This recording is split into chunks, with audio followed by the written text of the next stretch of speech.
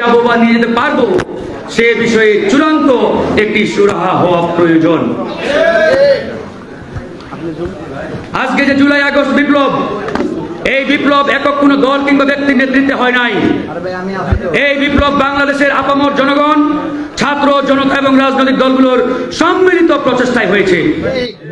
তাই আজকে কেউ যদি এসে বলে আমি বিপ্লবের মহানায়ক, আমি মাস্টার মাইন্ড, অমুক তমুক, আমি মনে করি তার মাথায় গন্ডগোল আছে।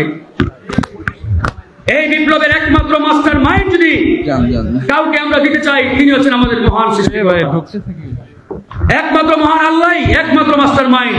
আর আমরা সবাই অংশগ্রহণকারী।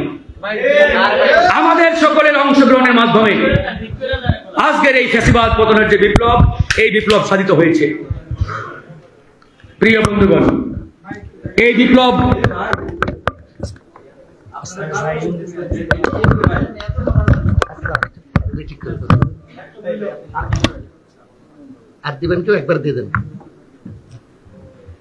এই বিপ্লব পরবর্তী আমাদের আকাঙ্ক্ষা ছিল, জনগণের প্রত্যাশা ছিল একটি বিপ্লবী জাতীয় সরকার গঠন হবে। কিন্তু সেই বিপ্লবী জাতীয় সরকার পরিকল্পিতভাবে গঠন করতে দেওয়া হয় নাই, এবং তারা দেয় নাই। কেন দেয় নাই, কি কারণে হলো না, এই প্রশ্ন আজকে জনগণকে করতে হবে। আমরা এরকম একটি মেরুদণ্ডহীন অন্তর্বর্তীকালীন সরকার চাই নাই। আমরা চেয়েছিলাম একটি বিপ্লবী জাতীয় সরকার। সেই জাতীয় সরকার গঠন করতে দেওয়া হলো না। আর সেই জাতীয় সরকার না হওয়ার কারণে আজকের এই বাংলাদেশে নানান সংকট, নানান সমস্যা, নানান ঝুঁকি তৈরি হচ্ছে। আর এই দায়ভার কে নেবে? কেউ নেওয়ার নেই। এই যে জাতীয় সরকার হলো না, কেন হলো না? 5ই আগস্টের আগে আমরা রাজপথে ছিলাম।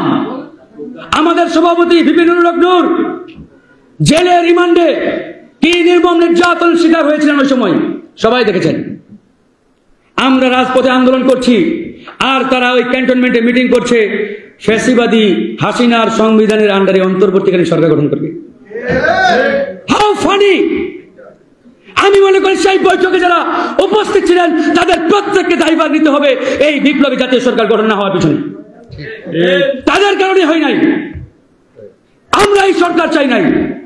আমরা বিপ্লবী সরকার চেয়েছিলাম, আমরা জাতীয় সরকার চেয়েছিলাম। তারা ওখানে মিটিং করলো, এরপরে তড়িঘড়ি করে এই অন্তর্বর্তীকালীন সরকার হাসিনার সংবিধানের আন্ডারে করার জন্য কোথায় গেলেন? বঙ্গভবনে। ওই বঙ্গভবন কার? তখন পর্যন্ত রয়ের অলিখিত হেডকোয়ার্টার হিসেবে পরিচিত এই বঙ্গভবন। এবং শাহাবুদ্দিন চুপ্পু, সে হচ্ছে রয়ের এজেন্ট। কারণ বিগত 17 বছরে বাংলাদেশের প্রেসিডেন্ট বলেন, প্রধান বিচারপতি বলেন, কিংবা টপ লেভেলের যে চেয়ারগুলো রয়েছে, এই চেয়ারগুলোতে ভারতের গ্রিন সিগন্যাল ছাড়া কারো বসার কোনো সুযোগ ছিল না। ইন্ডিয়া যাকে গ্রিন সিগন্যাল দিয়েছে তিনি এসব চেয়ারে বসেছেন। সুতরাং তখন পর্যন্ত সেই বঙ্গভবন বলেন, প্রধান বিচারপতি চেয়ার বলেন, সবগুলো র কর্তৃক নিয়ন্ত্রিত। তারা গেল ওখানে, বলল জনাব আমরা তো একটা অন্তর্বর্তীকালীন সরকার করতে চাই, আপনি কি বলেন? ইন্ডিয়া থেকে আগে বলে দেওয়া হয়েছে যে ইয়েস করতে পারেন, হয়ে গেল। তারপরে ভবিষ্যতে যাতে এই সরকারের বৈধতা নিয়ে কেউ চ্যালেঞ্জ করতে না পারে, চিঠি পাঠানো হলো প্রধান বিচারপতির কাছে যে মাননীয় প্রধান বিচারপতি আপনি বলুন, আমরা তো এরকম একটা সরকার গঠন করতে চাচ্ছি, ভবিষ্যতে এটার বৈধতা নিয়ে কেউ প্রশ্ন তুললে কি হবে আমাদের? প্রধান বিচারপতি বললেন না, কোনো অসুবিধা নেই, করতে পারেন। তৎকালীন সময় পর্যন্ত প্রধান বিচারপতির চেয়ারে যিনি ছিলেন তিনিও ভারতের গ্রিন সিগন্যাল প্রাপ্ত বিচারপতি।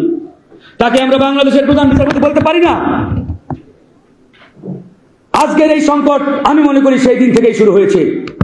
আমরা চেয়েছিলাম জাতীয় সরকার, তারা জাতীয় সরকার না করে একটা উদ্ভট সরকার আমাদের সামনে নিয়ে আসলো।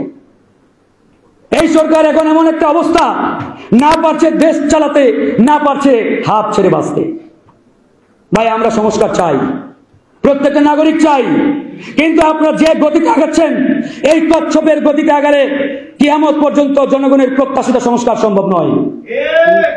সংস্কার অবশ্যই চাই, সংস্কারের পরে নির্বাচন চাই, কিন্তু এই সংস্কার করতে হলে আপনাদেরকে অনতিবিলম্বে জাতীয় সরকার গঠন করতে হবে। উইদাউট জাতীয় সরকার কোন সংস্কারই করতে পারবেন না আপনারা। এখন পর্যন্ত আওয়ামী লীগের 2% নেতাকেও গ্রেফতার করতে পারে না এরা। আর আমাদের এই স্বরাষ্ট্র উপদেষ্টা এসে হাসতে হাসতে বলে, হ্যাঁ আমরা তো এটা করেছি, ওটা করেছি, অমুক তমুক। এরকম নিয়ম মার্কা লোক দিয়ে স্বরাষ্ট্র দপ্তর চলবে না। স্বরাষ্ট্র দপ্তরে সেরকম স্ট্রং ব্যক্তি লাগবে। টেকনাফ থেকে তেতুলিয়া একটা নির্দেশে কেঁপে উঠবে এরকম ব্যক্তি স্বরাষ্ট্র উপদেষ্টা বানাতে হবে। ওই মিউ মার্কা লোক দিয়ে বিপ্লবী বাংলাদেশে এই সরকার চলতে পারে না। আজকে বন্ধুগণ, সারা বাংলাদেশে চাঁদাবাজি, টেন্ডারবাজিতে সয়লাভ। যেখানেই যাবেন চাঁদা, ঘুষ, দুর্নীতি কারা করছে? পানির মতো পরিষ্কার। কিন্তু এগুলো নিয়ন্ত্রণে এই সরকার কতটুকু সক্ষম, কতটুকু তারা দেখাচ্ছে, তাদের কার্যক্রমের অগ্রগতি কতটুকু, সবই আমরা জানি। সেই জায়গা থেকে আমরা বলতে চাই, এনজিও মার্কা সরকার দিয়ে সংস্কার সম্ভব নয়। যদি সত্যিকার অর্থে সংস্কার করতে চান, আমরা গণ অধিকার পরিষদ সংস্কার চাই, আমরা এই সরকারকে সহযোগিতা করতে প্রস্তুত। তবে সেই সংস্কার করার আগে এই সরকারকে পুনর্গঠন করতে হবে এবং একটি জাতীয় সরকারে রূপান্তর করতে হবে। যদি জাতীয় সরকারের রূপান্তর না ঘটে, তারা না করতে পারে, সম্ভব নয়। লেখে রাখেন, কিয়ামত পর্যন্ত তারা কোনো সংস্কারই করতে পারবে না। শুধু ওই আশ্বাস, টাইম দিলে এটা সেটা বলেই সময় পার করবে। সেই জায়গা থেকে আমাদের একবারই স্পষ্ট বক্তব্য। অনেকেই বলে, আপনাকে আগে নির্বাচন চান না সংস্কার? আমরা বলি, আমরা আসলেই সংস্কার চাই, কিন্তু এই যে চাই, এই সংস্কারটা হবে কিভাবে, কোন প্রক্রিয়ায়, কাদের মাধ্যমে, সেটাও আগে নির্ধারণ করতে হবে। আমরা শুধু সংস্কার চাই বলতেই থাকলাম, আর তারা এইভাবে ওই যেন তেন ভাবে হেলিয়ে দুলিয়ে টাইম পার করতে থাকলো। আগামীতে দেখা যাবে তারা নিজেরাও বিপদে পড়বে, আর পুরো বাংলাদেশকে বিপদের দিকে ঠেলে দিবে। আমরা তো এই বাংলাদেশকে বিপদের দিকে ঠেলে দিতে পারি না। সারা জীবন জীবন দিতেই থাকবো? নো। 71-এ জীবন দিয়েছি, আবার 90 সালে এসে আরেকটা জীবন দিতে হলো, আমাদের লড়াই করতে হলো। ওই সময় 3টা জোট ছিল, ওই ত্রিদলীয় জোটের একটা কমন রূপরেখা ছিল। সেই রূপরেখা বাস্তবায়ন হলে এই 24 সালে এসে 2000 ছাত্র জনতাকে জীবন দিতে হতো না। কিন্তু 90 গণঅভ্যুত্থানের পরবর্তী সময় যারা ক্ষমতায় আসলেন, তারা জনগণের সাথে প্রতারণা করলেন, বেইমানি করলেন, ধোঁকাবাজি করলেন। তারই ফলশ্রুতিতে 24 সালে এসে আরেকটি বড় লড়াই করতে হলো, 2000 ছাত্র জনতাকে জীবন দিতে হলো। এখন প্রশ্ন, আমরা কি আবার 5 বছর পরে রাস্তায় নামবো? আবার 10 বছর পরে আমাদের সন্তানরা রক্ত ঝরাবে? তারা কি মরতেই থাকবে? না, আমরা আর মরতে চাই না। তাই আমরা এমন এক বাংলাদেশ বিনির্মাণ করতে চাই, যে বাংলাদেশে অধিকার আদায়ের জন্য কাউকে রাজপথে নেমে রক্ত ঝরাতে হবে না। সেই বাংলাদেশে আমরা চাই।